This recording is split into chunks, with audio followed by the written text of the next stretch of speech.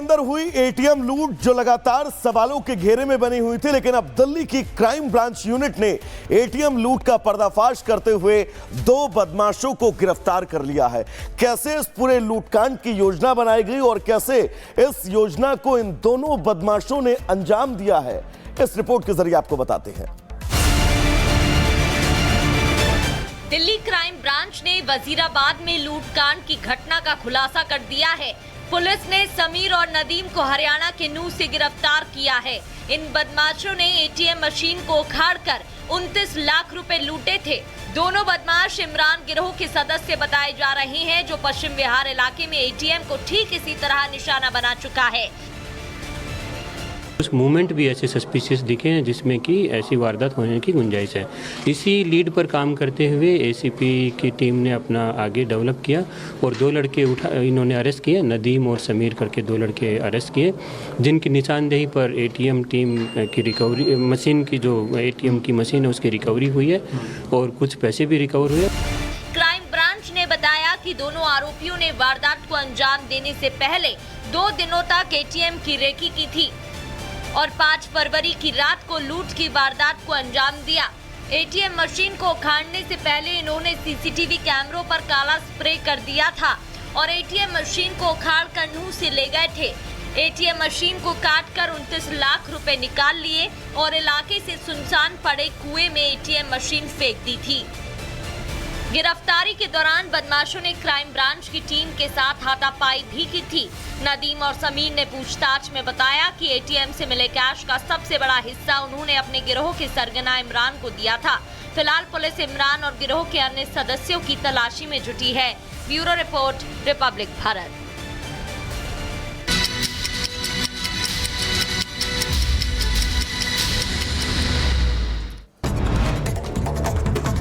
गुजरात के अंकलेश्वर के कबाड़ के गोदाम में भीषण आग, आसपास अफरा तफरी का माहौल। फायर ब्रिगेड टीम मौके पर मौजूद, आग बुझाने की कोशिश जारी। लखनऊ में इलेक्ट्रॉनिक शोरूम में भीषण आग से दुकान में रखे लाखों रुपए का सामान जलकर राख। कड़ी मशक्कत के बाद फायर ब्रिगेड ने आग पर काबू पाया। मध्य प्रदेश के कटनी में मालगाड़ी डिरेल, सीमेंट से लदी मालगाड़ी के 3 डिब्बे पटरी से उतरे। सतना की तरफ से आ रही थी मालगाड़ी, किसी के हताहत होने की खबर नहीं। पश्चिम बंगाल के सुंदरबन में बाघ ने वनकर्मी पर किया हमला, घायल कर्मी को अस्पताल में कराया गया भर्ती। बाघ के हमले का वीडियो अब सामने आया। उत्तर प्रदेश के प्रतापगढ़ में डिजिटल मर्डर, ऑनलाइन फ्रॉड से परेशान होकर युवक ने की खुदकुशी।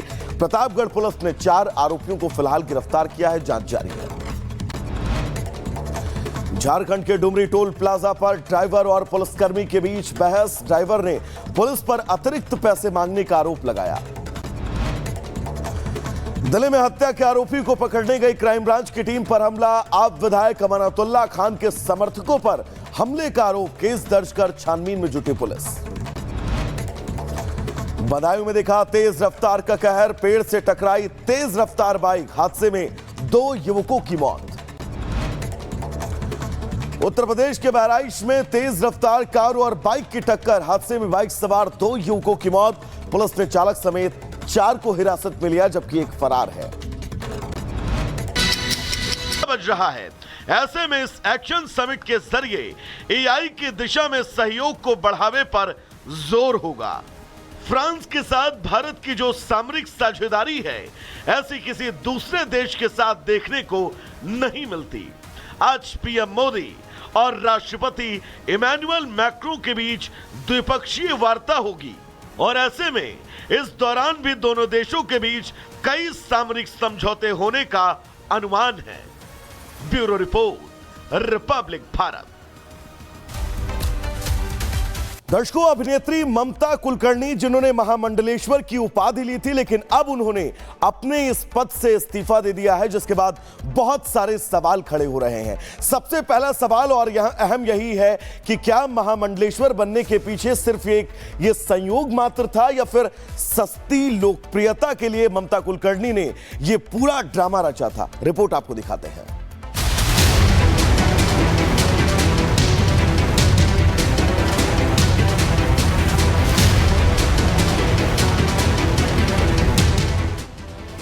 दिन तक किन्नर अखाड़े की महामंडलेश्वर रहने के बाद आखिरकार ममता कुलकर्णी उर्फ ममता नंदगिरी यमई ने सोमवार को पद से इस्तीफे का ऐलान किया।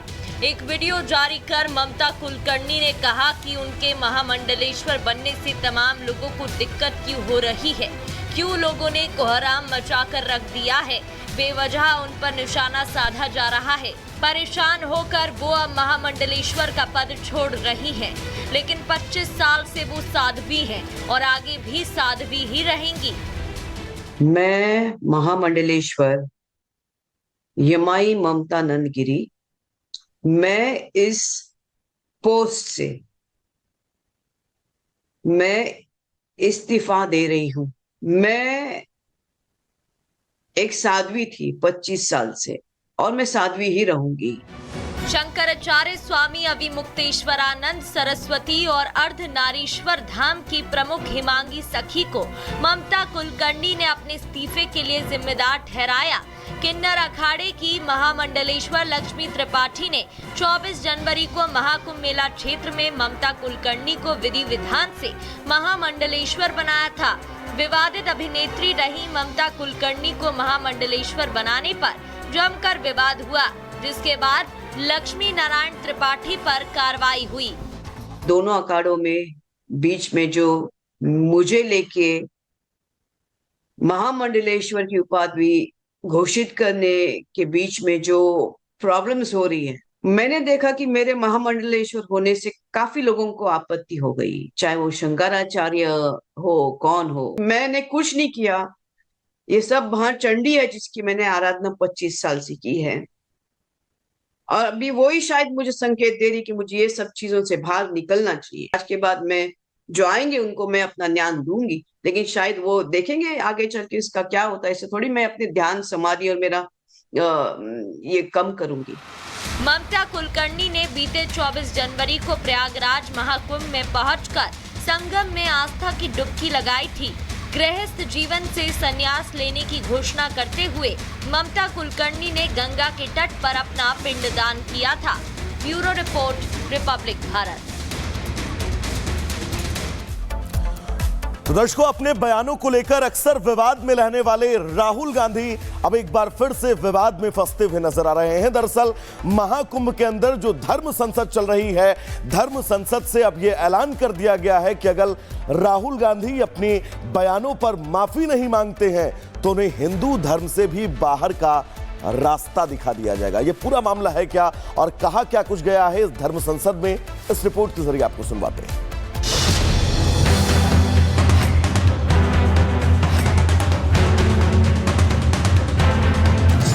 ये कॉन्स्टिट्यूशन में कहां लिखा है कि जो बलात्कार करते हैं वो बाहर रहे?